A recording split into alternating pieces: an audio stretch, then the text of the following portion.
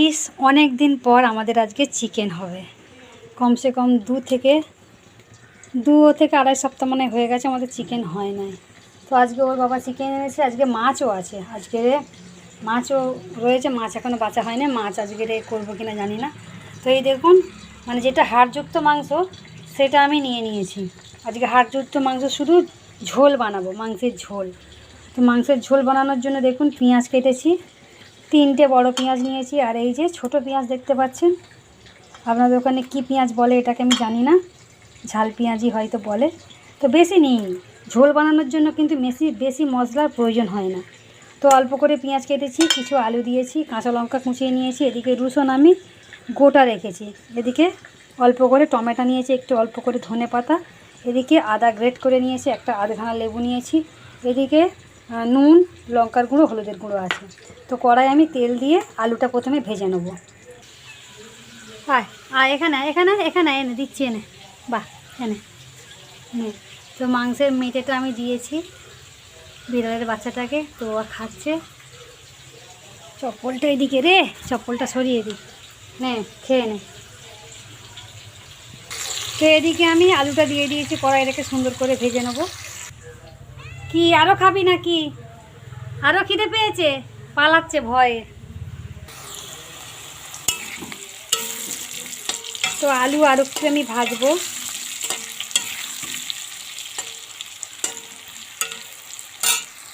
আর এদিকে একটা বড় গামলা নিয়েছি, এটাতে আলু ভেজে তুলে রাখবো। আলু ভেজে তুলে নিয়েছি, তেলটার মধ্যে এবার আমি রসুন দিয়ে দেবো, পেঁয়াজও দিয়ে দেবো।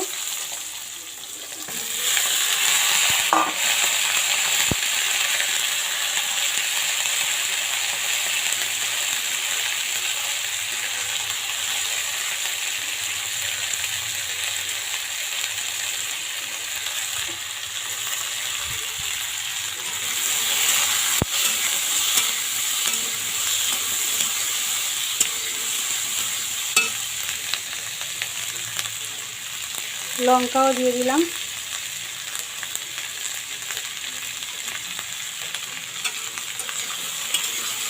তো হালকা করে আমি নুন ছড়িয়ে দেবো,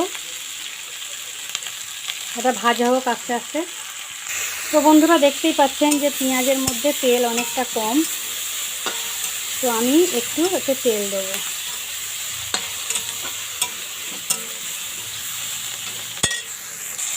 তো বন্ধুরা পরিমাণ মতো আমি তেল দিয়ে দিয়েছি।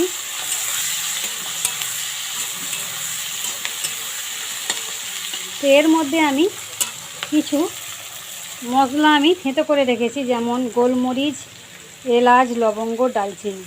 তো এই কটা আমি দিয়ে দিচ্ছি।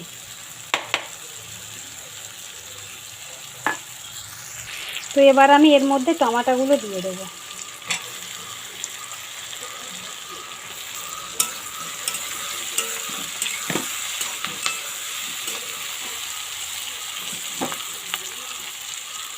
ধনে পাতাটাও দিয়ে দিচ্ছি।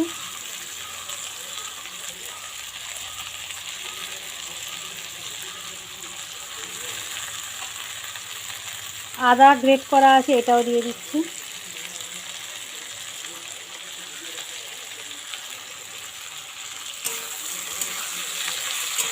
তো এবার আমি এর মধ্যে মাংসগুলো তুলে দেবো। মাংস ভাজা হবে আর তার সাথে পেঁয়াজ আরে যেসব দিয়েছি এগুলোও ভাজা হবে।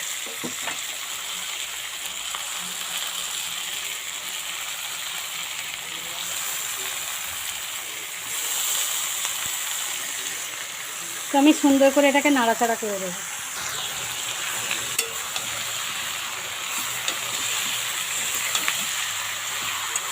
আর অর্ধেক মাংস আমি রেখে দিয়েছি পকোড়া বানানোর জন্য। যদি সম্ভব হয় তো দেখাবো, যদি না সম্ভব হয় তো না দেখাবো, কারণ সব কিছু সময়ের ওপর নির্ভর করছে, কারণ দেখতে দেখতে 12টা বাজে।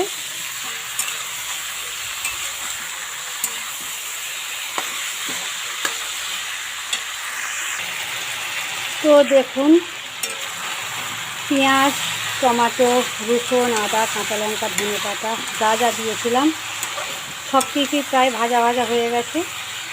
এবার আমি এর মধ্যে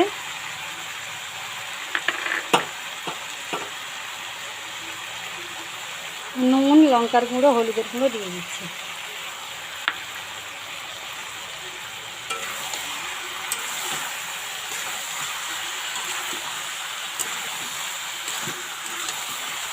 তো এর মধ্যে আমি আলুগুলোও দিয়ে দেবো। তো সব কিছু দিয়ে আমি সুন্দর করে কষিয়ে নিচ্ছি। আর এদিকে পাত্রে আমি জল রেখেছি জলটা দেওয়ার জন্য।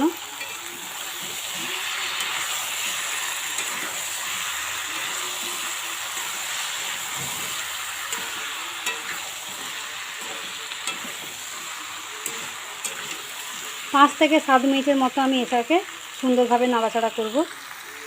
তো কষানো হয়ে গেছে, এবার আমি এর মধ্যে পরিমাণ মতো জল দিয়ে দেবো।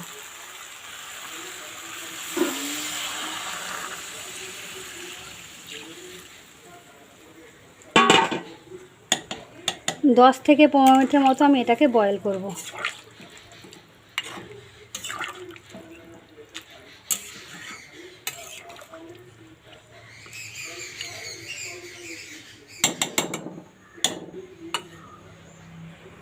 তো ওপর থেকে কালারটা দেখুন কত সুন্দর হয়েছে।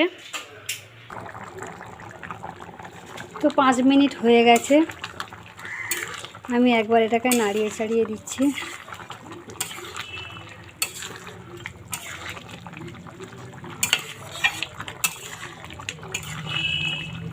এখনও খানিকক্ষণ সেদ্ধ করব।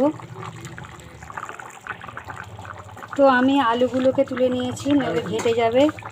আর এটাকে আমি সুন্দর করে খুন্তি দিয়ে নাড়িয়ে দিয়েছি যাতে মশলাগুলো একদম ঘেঁটে যায়। তো দেখুন ঝোলটা কিন্তু অনেকটাই আছে, তো এরকম ঝোল ঝোল রাখবো। এবার আমি কি করব, এর মধ্যে এই যে লেবুর রস একটু দিয়ে দেবো, দিলে টেস্ট বদলে যাবে। আর আমি একটু টেস্ট করে দেখব যে নুন আরে ঠিক হয়েছে কি, তো ওটা আমি অফ ক্যামেরায় দেখে নেব। তো গাইস দেখতেই পাচ্ছেন মাছের ঝোল রেডি। তো এবার গরম গরম ভাত, তার সাথে একটু আলু ভাজা, জমে যাবে। তো চলুন টাটা বাই বাই, সবাইকে ভালো থাকবেন, সুস্থ থাকবেন এই কামনা করি। আবার পরবর্তী সময় ফিরে আসবো একটা নতুন